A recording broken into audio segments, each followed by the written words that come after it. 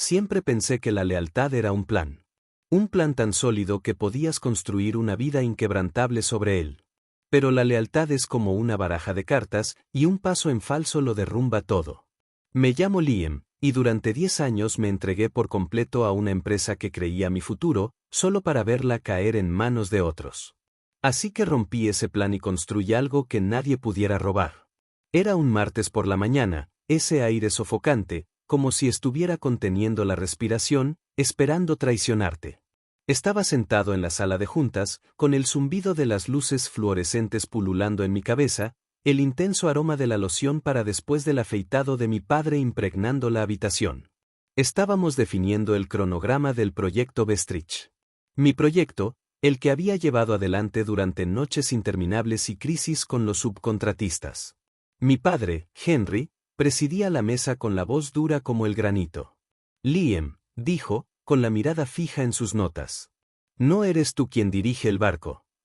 Me quedé paralizado, con el bolígrafo colgando sobre el bloc de notas como un escalador que se resbala de una cornisa.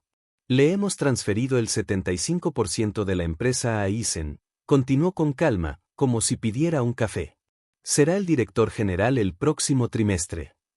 Eisen, mi hermano, el tipo que pasó 3 años persiguiendo quimeras en Seattle y me dejó para apuntalar la constructora familiar, Carver & Sons. Sin previo aviso, sin motivo, solo un puñetazo en el estómago. Frío y definitivo, como una cerradura al romperse. La habitación se estremeció. Observé el cronograma del proyecto en la pared, sus líneas limpias y plazos codificados por colores riéndose en mi cara. Yo había construido estos sistemas, estos planos, cada tornillo y detalle de esta empresa. Había dedicado 10 años de mi vida a Carver & Sons, y ahora solo era el andamio, útil hasta que llegara la verdadera estrella. Mis primeros recuerdos son de serrín y tinta, arrastrándome bajo la mesa de dibujo de mi padre, garabateando rascacielos en el reverso de viejos planos. El olor a pino se aferraba a ellos, un aroma que simbolizaba hogar, propósito y herencia. A los 11, archivaba facturas en recepción. A los 17, caminaba penosamente por las obras con botas embarradas, con el portapapeles temblando en las manos mientras le hacía preguntas que él encontraba muy agudas. Liam tiene la chispa, les decía a los clientes, con la voz entrecortada por el orgullo. Ve la estructura de un proyecto antes de construirlo. Lo compré. Rechacé una beca en el MIT para estar cerca.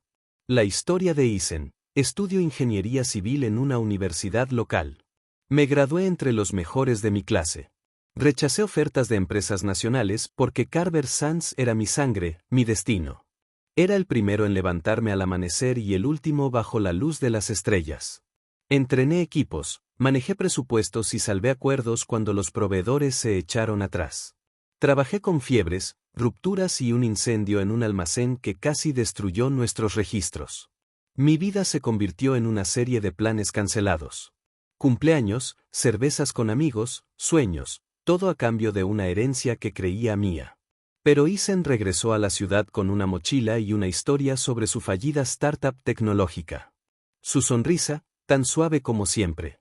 Tiene una visión, dijo mi padre en una reunión de equipo, con la voz radiante como si hubiera encontrado oro. ¿Visión? Como si mis hojas de cálculo, mis llamadas a medianoche, mis botas con punta de acero y el caminar penosamente por terreno fangoso no fueran visión. Eisen consiguió una oficina con paredes de cristal, un título, un escenario.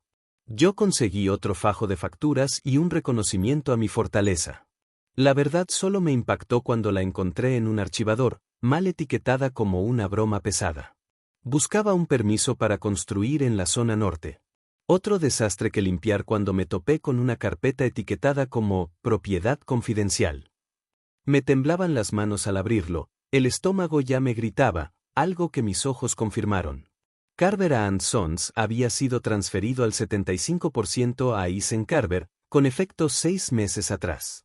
Mis padres, Henry y Margaret, se quedaban con el resto. Mi nombre no aparecía en ninguna parte. Ningún accionista, ninguna mención, ni siquiera una maldita nota a pie de página. Me quedé allí, con la carpeta pesada como un bloque de hormigón. El rugido de la fotocopiadora de la oficina rompió el silencio. Mi compañero Jaque me pilló mirando las páginas. Liam, ¿estás bien?, preguntó en voz baja, como si ya lo supiera.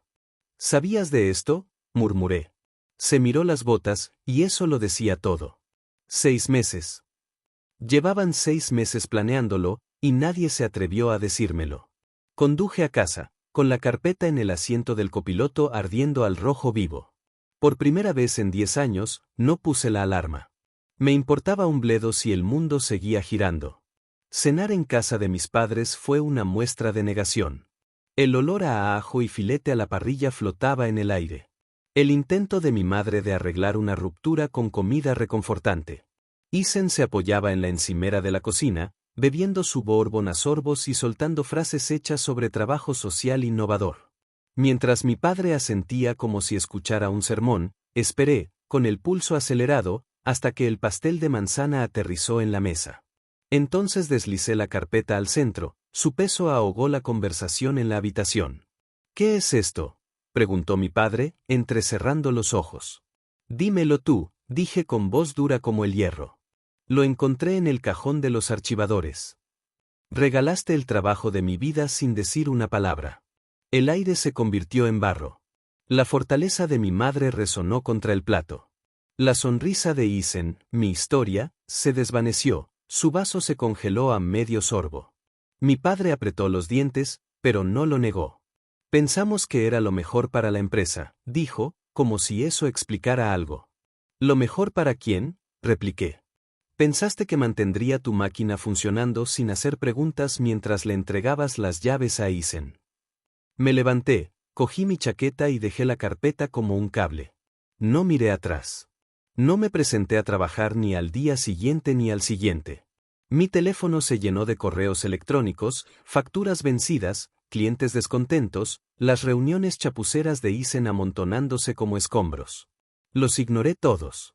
El viernes, mi padre llamó con la voz áspera como una cuerda vieja. Liam, nos hundimos. Maxwell se retira del acuerdo con Bestrich. Vuelve. Isen se está ahogando. Te necesitamos. Yo. Escuché el mensaje de voz 2 veces y luego lo borré. Ya no era su salvación. En cambio, abrí mi portátil y empecé a crear algo nuevo. No para ella, sino para mí. Cada hoja de cálculo, cada horario, cada peculiaridad de cliente que había memorizado durante 10 años, la guardé en un portafolio. No sus datos, sino los míos. Mis sistemas, mis instintos, mis pruebas.